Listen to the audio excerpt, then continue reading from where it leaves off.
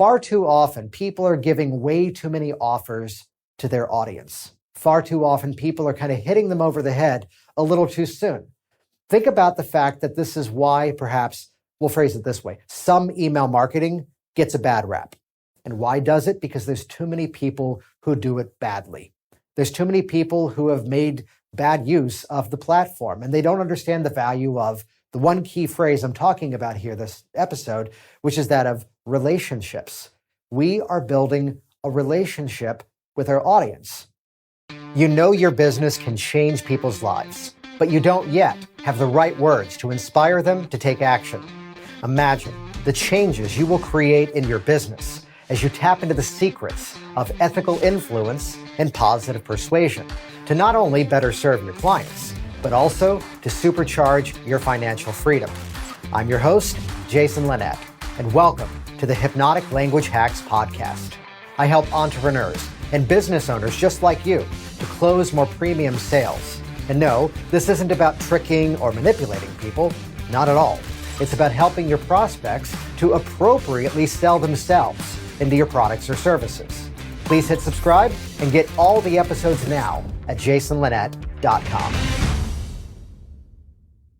Imagine what would happen if you suddenly realized in your business you were selling the wrong thing. I mean, think about that. You might have put so much effort into building out whatever product or service it is that you provide, yet as soon as it's all ready, or maybe as it's already been running, you suddenly realize you're selling the wrong thing.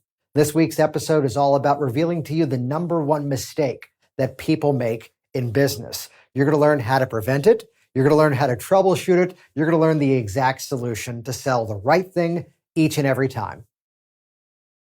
Before we get started today, if you want to easily grab people's attention, naturally build authority, and organically have your prospects wanting more from you, even before you make an offer, I've created a step-by-step strategy to help you to do just that. I call it the Video Influence System. This is your opportunity now to discover my highly effective, entirely free, on-demand workshop at jasonlinett.com. It's specifically for entrepreneurs who want to deliver premium value to their clients to receive premium value in return. If you want a proven framework to boost your confidence and deliver value every time you go on camera, get the Video Influence System now at jasonlinett.com. I know I just gave you a pretty serious cliffhanger, right? A little while ago, I promised that I was going to explain to you the number one mistake that people make in business. And it's where some of you right now might be thinking, I had better listen to what Jason Linett has to say to me. Because if I skip this episode, I might miss what that number one mistake is. And if I miss it, I might keep making it in my business, right? And what if that's the fatal flaw that results in the ending doom of my entire career? Well, with a promise that hefty, I better deliver right away, right? But first, a story. So it's 2003, and there's this girl at my college that I will admit I had a bit of a crush on, which was kind of a funny situation because we met working on a project together. We had been assigned a specific task in a program together, and we were then working together. And we did not get along. It did not go well. We were kind of butting heads the entire way through. Yet for some reason, in spite of that, even as the project was over, we kept hanging out with each other. Think about that for a moment. And I will admit I was terrified, so I didn't ask her out. I didn't ask her out, at least not at first. Instead, well, you know how with email marketing, someone has to click a button that actually gives you explicit permission that it's okay for them to then send you something? You've made an offer, and then they go to your website, they type in their email address, and they click a button which then gives you permission to send them permission-based marketing messages, right? Well, I wasn't yet in business at the time. I was in college at the moment, but somehow the principles were already there inside of me. So here's what I did. One day I said to her, would it be okay if one day I asked you out? Permission-based marketing, right? Well, she said yes to that. And that just boosted my confidence right away. I was so excited. My foot was in the door, game on. So then I waited at least like maybe 2.5 weeks. Took me some time to then officially ask her out. Well, she said yes before. She said yes this time as well. Woohoo, this was awesome. And the rest of the story now really begins to write itself. That was my first date with Michelle, November 8th, 2003. From that story, everything then continued, where eventually I took a job in another state. This was after I graduated from college about 2 years later. And as I took the job in another state, we would make trips back and forth to see each other. And then eventually she kind of reorganized her life to take a job in the same area as well, which is where it made perfect sense. We moved in together. Now, things soon got very serious because we went out and got a cat. That's how you know it was legit. So as we had the cat, it was a natural progression that eventually I proposed. And she said yes. That time I didn't ask permission. I just went for it. I planned quite a bit, though. I asked her to marry me. She said yes. Now, we looked at our calendars and we realized that if we waited about 2 more years, we could actually get married on the very same calendar date as our first date, which makes the math really cool. First date, November 8th, 2003. Our marriage was our wedding on November 8th, 2008. Celebrated our 10th anniversary on a trip to Italy on November 8th, 2018, and the story continues from there. So I tell you this because we're about to talk about the number one mistake that people make in business. Because what did I not do? I did not go up to her on day one, still as I was, I believe, a sophomore and she was a freshman in college. I didn't walk over and stare her down and say, "You and I are going to have children." Now that we've been married for all these years and I better know her sense of humor, it might have worked, but it also might have resulted in a smack in the face. It wasn't resulting in, again, the experience of getting into the nitty-gritty details. All I did first was ask permission for the process to begin. It was a moment of consent-based experience. Let's bring this over to consent-based marketing. So how does this apply to the number one mistake that people make in business? Too many people in business are metaphorically trying to consummate the marriage on the very first date. They're trying to jump in way too quickly. They're trying to jump in way too soon, which is a perfect example of this. Look at the previous episode I just did with Pat Flynn of the Smart Passive Income. The opportunity to build an audience, exactly what he did, building out this incredible following even before there was a product ready to offer to that specific market. The same way that, again, I didn't walk over and ask some very intimate questions way too early, given the fact we now have 2 kids. Let your imaginations fill in the details there. But this place where we began by just simply getting the next step of the process in motion. So this is exactly what I want to share with you right now. The mistake that people are making in business is that they're trying to go for the sale much too quickly. The old adage that people do business with people that they know, like, and trust. Know, like, and trust. And not until we have those 3 factors in place will they eventually graduate into buy. For those of you that have maybe been active in the group BNI, Business Networking International, it's where in my career over the years, I spent about 3 years in one chapter and left it behind for various reasons, and then joined another chapter a few years later. And if you've ever been in that world of BNI, Business Networking International, they teach an acronym of VCP, visibility, credibility, profitability, where we have to have this sequence in order. Otherwise, we'll phrase it this way. It may be difficult for people to naturally want to move to the next step. So likewise to the story of my wife and I didn't go up to her and say, "Hey, I'm moving to Baltimore. Come with me," right? When she could have at that point said, "I don't know you." And that would have been creepy. So don't do that. Do you like how we're also expanding beyond business advice here to also get very much into relationship expertise? Yeah, how about that? A little bit of everything here at the Hypnotic Language Hacks podcast. So how do we apply this to our business? The principles of know, like, and trust, which have to then lead into buy. Visibility, credibility, profitability from the BNI world. Let's give them credit where it's due. There's a sequence to this. I was visible to her because we were in this classroom project together. Then it was credible because despite the fact that we didn't get along as we did the project, we still did quite well at it, which is probably why it became, let's say, familiar to keep hanging out. And true story, the turning point was that she was homesick in her college dorm with a bit of a bad cold. and I showed up with a can of soup, because that's how classy I am, along with chicken soup at least, can of soup, as well as the original Nintendo Entertainment System. Nothing brings people together like Super Mario Bros. 3. Maybe Super Mario Bros. 2 or the first one. Number 3, you and I know that's the first one. I'm not going to argue with this. Just, it's the best one. Back on track here. There's one thing you should always be selling in your business. You should always be selling the next step. And think about this for a moment. Far too often, people are giving way too many offers to their audience. Far too often, people are kind of hitting them over the head a little too soon. Think about the fact that this is why, perhaps, we'll phrase it this way, some email marketing gets a bad rap. And why does it? Because there's too many people who do it badly. There's too many people who have made bad use of the platform, and they don't understand the value of the one key phrase I'm talking about here this episode, which is that of relationships. We are building a relationship with our audience. Now, of course, there's an exception to this.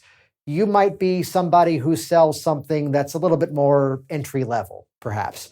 Or sometimes we need to buy some little technical gadget. I've got a wireless microphone that I'm speaking through right now. And where did I choose the batteries? I went on Amazon. I found here's the set of reusable, rechargeable batteries with like 20,000 5-star reviews. And I went, hey, they're cheap. That's a good rate. That's a good deal. That's a great piece of feedback. I'm in. Now, I can't tell you the name of that company because, again, that's different. I'm talking to you because chances are you deserve to earn a premium for what you do. And the formula for that is always very simple. Everything I'm going to share with you in this podcast series is always about helping you to provide even more value to your audience, even more value to those people who eventually, that's the key phrase, eventually you're going to sell to. Let's provide premium value so it's even easier to appropriately receive premium value back. Across the board, I can say this to most people in business, raise your rates. And don't price what you do based off of dollars for hours if you're a service. Don't price what you do in terms of a product based on necessarily how much it costs you to make it. Ask yourself instead, what impact is this going to create in someone's life? And let your pricing be based upon that. The quality of the rate that you ask is based upon 3 things: the value of the thing you're selling, as well as the quality of the onboarding experience that guides them through the experience, to use the word once again, as well as, we'll call it out, the confidence of the person asking for the sale. So these are 3 tangible things now. Make your product or service even better. Work on boosting your own confidence. I'll give you some strategies in this series as well.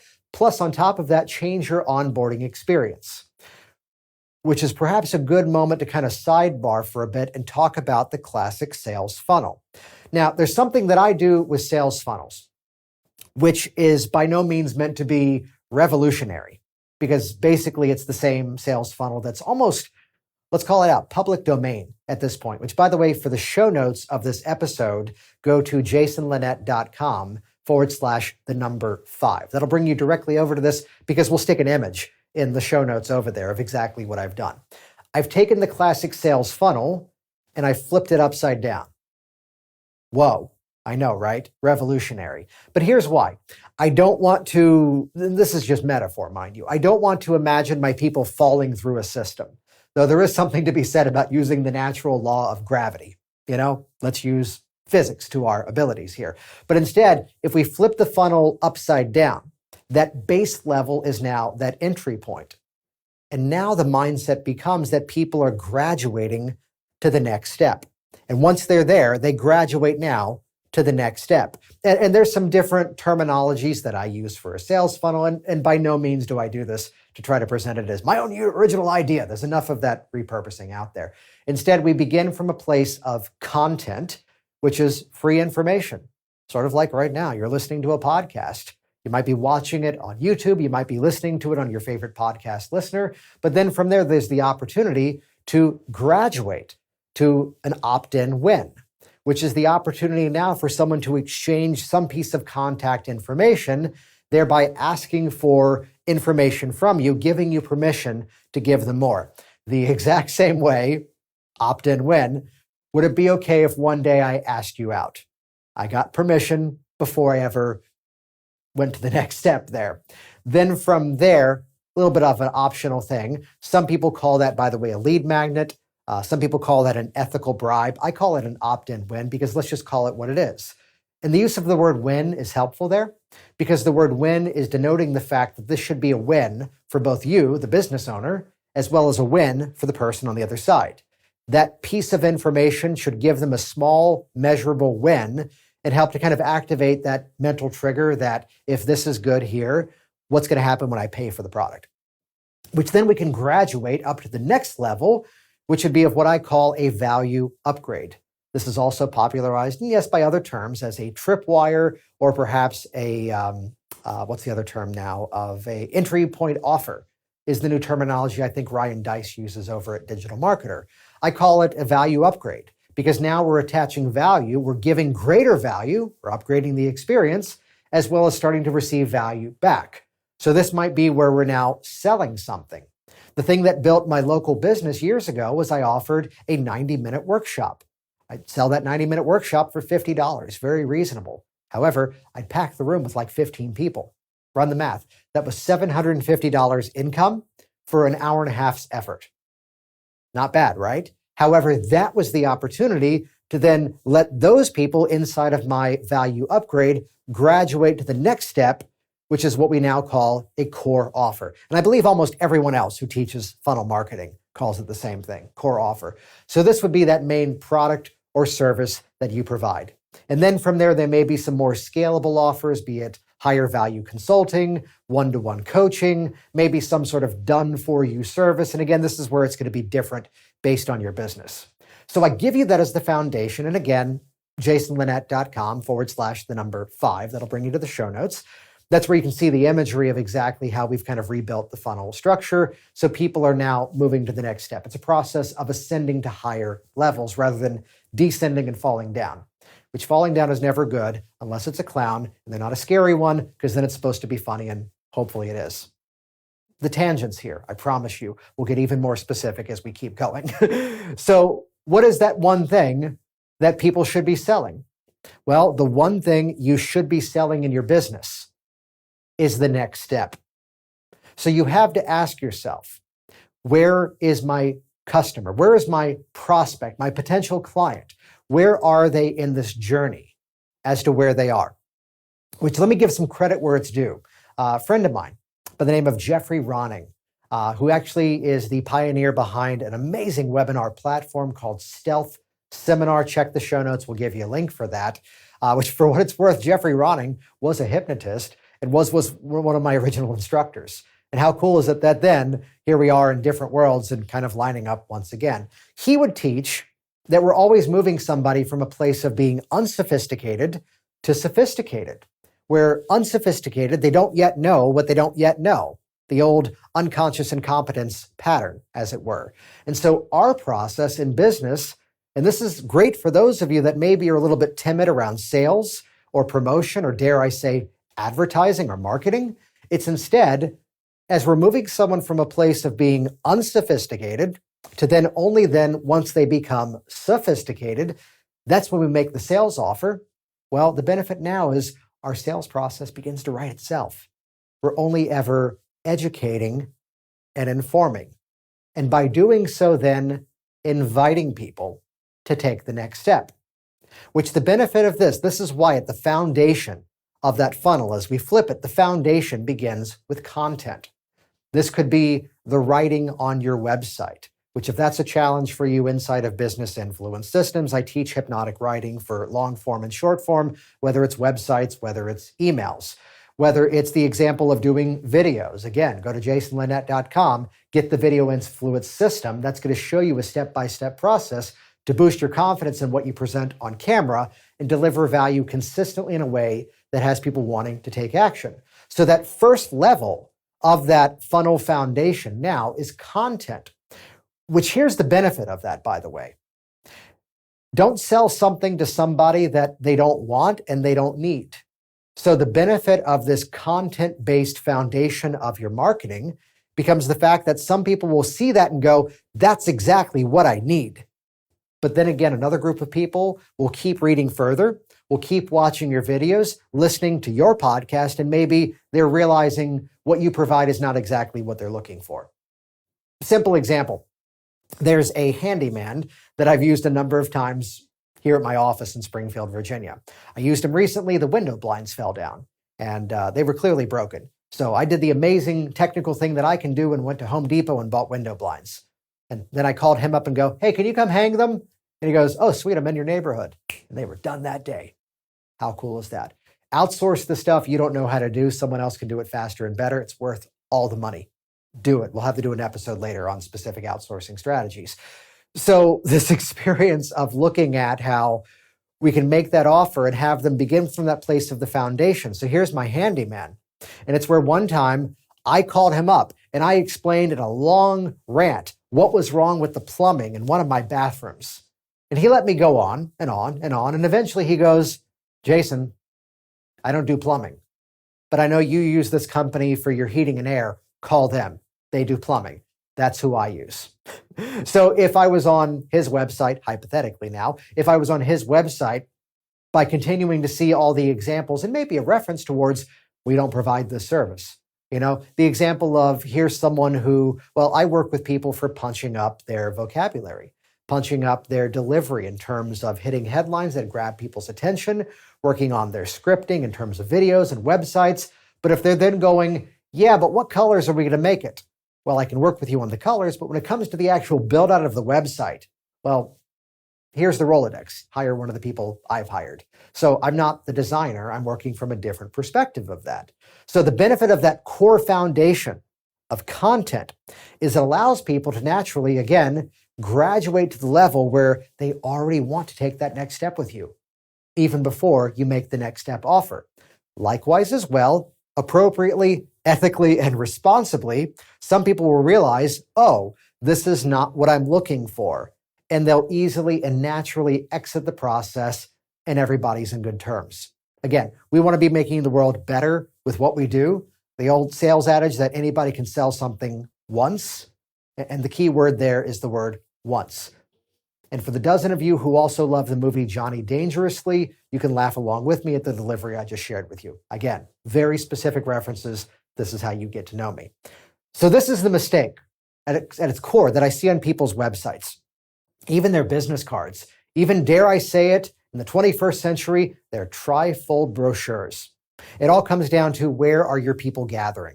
Quick side story. When I opened up Virginia Hypnosis, it was around the height of the financial crisis in the United States in terms of junk mortgages. And one of my first offices was right next door to a testing facility. Or if you remember part of the backstory, I'll generalize it here. In that world, suddenly mortgage brokers had to get licensed. Think about that. They had to get licensed to do a job that some of them have been doing for 20 or 30 years. Oh, fancy websites. Oh, search engine optimization, all that, funnels, woohoo. Well, no, I found the place where those people were gathering as fast as we could. Trifold brochure, as out of date as that might seem. And what was that offering? The next step. So what could your next step be? Well, let's wrap this up in terms of avoiding the pitfalls. I see, call this number to book your first appointment. Call this number to sign up for your service. And again, here's the cynical filter I want you to appropriately assign to what you do in your business. Realize a lot of your audience, they're not yet qualified to make that decision. They're not yet qualified to decide whether or not they need or even want your product or service. The same way that if I stood here right now and I said to you, hey, I'm going to sell you a car and it's $10,000. How's that for you? Well, you don't know yet. You don't have enough information, right? I'm clearly not a car person. I'm about to mangle these references, though, for the teaching point. I traded in an old car from 2010 last year. And the fact that they gave me $4,000 on the trade-in was a gift. They were being generous. They wanted me to buy the other car. Meanwhile, I don't have one, but if I offered to sell you the newest Tesla, which even I believe base model might be like $60,000. Well, hey, even if you don't want that car, buy it, sell it. Hey, turn it around as a gamble or a quick investment, short-term return. That'd be a great deal. So recognize So many people in your potential audience are not yet qualified to buy with you. It's where I could say, here's an online program of mine that sells for $1,600. Is that a good deal? You don't know yet until you've seen exactly what that is. Here's another program that's about $3,000. Here's a private consulting program that runs for this many thousands or this many tens of thousands. You don't yet know until we have the criteria. This is why it was essential to flip that funnel and introduce that structure to you in such a way that now all we have to do is guide to the next step. The people who are there at that content level, if we're going to follow this classic funnel structure, all we have to do now is sell the next step of graduating to the next level. What could that next step be? I hear you cry. Well, not to worry. Let's give you a few examples. This could be an asset that delivers value. How's that for ambiguous vocabulary, by the way? Maybe it's some sort of PDF of a checklist. There's an example. Perhaps here is the opportunity of an in-person event. It could be a call. It's where I found great results in my business, not by having people just pick up the phone and call me cold, but the fact is the standard application funnel. They fill out a form, they get access to my calendar, I get some details in advance, and then we have a call at the scheduled time. Well, I'm getting their email address and their phone number, or we're connecting on Zoom nowadays to have that conversation. But again, that was an opt-in. It was an opt-in win because now their questions are getting answered, and I'm getting to then introduce my products or services exactly to them. It could be an experience. So a trending thing nowadays, and you can automate this with all sorts of platforms that are out there. You could do like a 5-day challenge. You could do a video that teaches one specific thing, and then easily then, whatever your offer would be, makes the appropriate next step, which might be all the way graduating up to that core offer. Hey, here's how you can buy my product. Here's how we can work together. Here's the premise I really want you to take from this. If you try to sell to everybody, unfortunately, you often end up selling to nobody. So let's turn this into a bit of a homework assignment. Let's turn this into a task. Oh, one more thing. Let's tie this all together because I gave you next steps of that opt-in win. What are some clear next steps of, let's say, that value upgrade, what others would call the entry point offer or the tripwire? What can you do there? Well, what we can do here is pull out specific parts of our experience, maybe teach them in a shorter format. In one part of my business, here's 2 hours of an online program. Yet as I deliver it as a value upgrade, people pay a reasonably small amount of money, but they're taught the same information in about half the time. So it gives them just enough for what they've purchased, but then at the end of the process, there's a natural pivot. You've got everything you need for this one specific thing. But what about A? What about B? What about C? And for that, here's the entire system. So there's a natural way to upgrade the process. You can basically take something out of your core offers that you provide and pull it out and now sell that as another entry point offer, value upgrade, tripwire, whatever you want to call it. They're all basically the same concept here. So what is that number one mistake people make in business? They try to consummate the sales relationship far too early.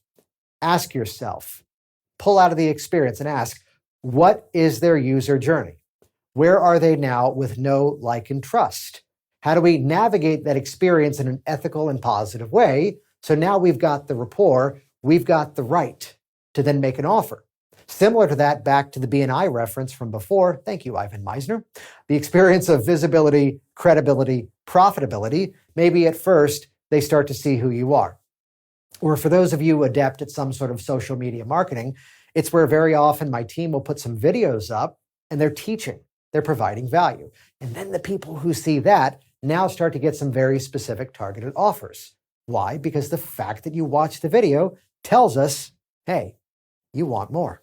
And it's from that experience we're again selling the next step, which might be an experience, whether it's free, whether it's paid. Get this free download, join me on this webinar, schedule time to have a chat with me, figure out the next appropriate step. When you try to sell to everybody, you end up selling to nobody. So the opportunity is now, just like that classic funnel, the people who have graduated to that level where now they're just on the cusp. Back to my old story, I've got permission to ask her out. She said yes.